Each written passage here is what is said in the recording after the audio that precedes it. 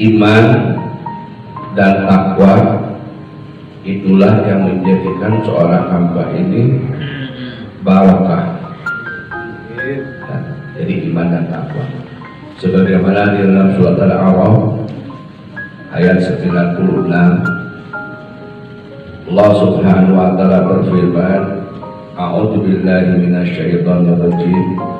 Walau anna ahlal qura amanu wa taqaw la fatahna 'alaihim barakatan minas sama'i wal ardh walakin kadzabu fa akhadhahum bima kanu yaktubun. Yang artinya wallahi murad kurang lebih, dan apabila kau satu negeri beriman bertakwa kepada Allah Subhanahu wa taala, la fatahna 'alaihim, maka Allah akan bukakan bagi mereka barakatan minas sama'i wal ardh, keberkahan dari langit dan dari bumi. Jadi kalau kita ingin dapat barokah, apa itu barokah? Barokah itu artinya ketentraman, kebahagiaan, kenyamanan hidup, kecukupan, kebahagiaan lahir dan batin, rezeki yang sedikit cukup, yang banyak ada sisanya. Rezeki yang Allah berikan kepada kita selalu bisa kita gunakan untuk menambah kebajikan-kebajikan di dalam meningkatkan iman kita kepada Allah. Jadi kalau rezeki yang barokah bawanya kepada kita bukan meningkatkan iman dan takwa. Rezeki yang tidak barokah bahkan akan menghambat keimanan kita kepada Allah, akan jadi digunakan untuk berbuat maksiat. Jadi kalau seseorang berbuat maksiat, tinggal dikaji, mungkin ada rezeki yang tidak barokah yang masuk ke dalam perut kita. Kalau kita mau zikir malas, kalau kita mau sholat malas, kalau kita mau membuat kebajikan-kebajikan malas, berarti ada sesuatu rezeki yang tidak barokah yang ada di dalam tubuh kita, yang ada di dalam darah daging kita. Namun demikian tentunya Allah ini adalah Maha Pengampun dan Penyayang. Batasan ampunan Allah ini sampai akhir hayat kita, lepas dari tubuh kita, sampai dari nyawa ini sampai tenggorokan kita. Sebelum nyawa ini sampai dalam tenggorokan kita dan kita masih mau bertobat, insya Allah Allah Subhanahu wa taala mengampuni dosa-dosa kita. Amin. Sebanyak apapun dosa yang dilakukan, ya, Allah Subhanahu wa taala akan menerima tobat kita selama kita mau bertobat. Oleh karena itu, untuk balik kebarokahan, untuk balik ketakwaan ini tentunya ya, kita harus mawas diri, terutama kita banyak memohon ampun, banyak memohon pertolongan kepada Allah Subhanahu wa taala. Karena tidak mudah kita menjadi orang yang bertakwa, tidak mudah kita menjadi orang yang beriman, tidak mudah kita meraih kebarokahan kecuali atas semua pertolongan Allah Subhanahu wa taala.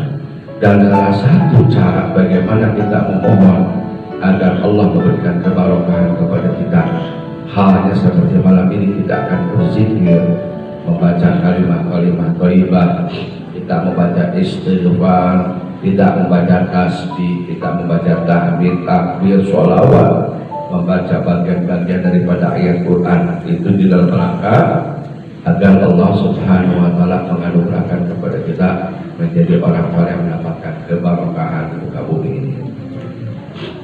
Seseorang barokah bisa dirasakan di dalam kehidupannya. Seperti misalnya orang memiliki ilmu, ada pepatah, ilmu itu bukan jumlahnya, bukan banyaknya, ilmu itu walau sedikit tapi barokah. Ya, ada kata-kata seperti itu. Bagaimanakah ilmu yang barokah? Ilmu yang barokah itu adalah bagi pemilik ilmu yang mendapatkan kebarokahan itu, pertama dia bisa menerangi diri dia sendiri, kedua dia bisa menerangi orang lain. Jadi katakan seseorang berilmu itu barokah, ilmu itu barokah kalau ternyata ilmu itu tidak bisa menyelamatkan dia di dunia maupun menyelamatkan dia di akhirat. Jadi kalau orang masih bingung, susah, payah, letih, capek, galau, buka gulana, seorang yang dikatakan memiliki ilmu berarti ilmu yang dia miliki belum atau kurang barokah atau mungkin tidak barokah. Jadi mana barokah itu banyak sekali di dalam ayat Quran. Salah satunya juga di dalam surat Al-Isra ya, yang sekarang ini sedang bulan apa? Bulan Rajab, di mana pada bulan ini Allah Subhanahu wa taala memberangkatkan Nabi kita ya untuk melakukan perjalanan Isra Mi'raj. Di mana dalam surat Al-Isra itu Allah Subhanahu wa taala berfirman, "A'udzubillahi minasyaitonir rajim.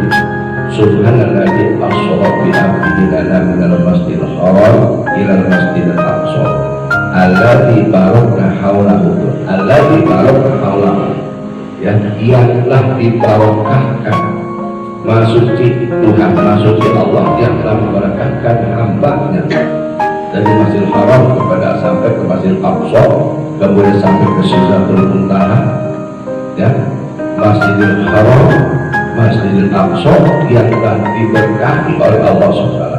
Diberkahi artinya penduduk-penduduk Haram, penduduk-penduduk Mekah, penduduk Masjidil Aqsa itu diberkahi oleh Allah Subhanahu wa taala. Ya, Mekah itu padang tandus, tapi mereka di sana tidak ada makanan apapun ada di sana. Di padang tandus itu ada air, di padang tandus itu ada kehidupan. Itu barokah. Ya, tapi barokah. Nah, tentunya yang tadi sudah saya katakan bahwa barokah itu tidak gampang. Yang tidak gampang, ya, seperti kita mengaku diri kita beriman, mengaku diri kita ini abdinya Allah, itu belum tentu, ya. Kita mengaku diri kita beriman belum tentu. Yang menilai kita ini beriman cuma Allah, ya. Yang diaku oleh Allah adalah hamba-Nya, ya. Yang kita katakan Rasul kita belum tentu kita ini mengaku diri kita ini sebagai orang beriman. Hanya akuan-akuan kita saja, tapi tidak tahu apakah dapat Allah ini kita betul-betul orang beriman. Ya Allah a'lam bishawab. Namun demikian kita tidak putus asa. Sesuai dengan hidayah petunjuk yang Allah berikan, kita berusaha terus bagaimana meraih agar kita menjadi orang yang bertakwa, yang beriman, sehingga kita mendapatkan kebarokahan.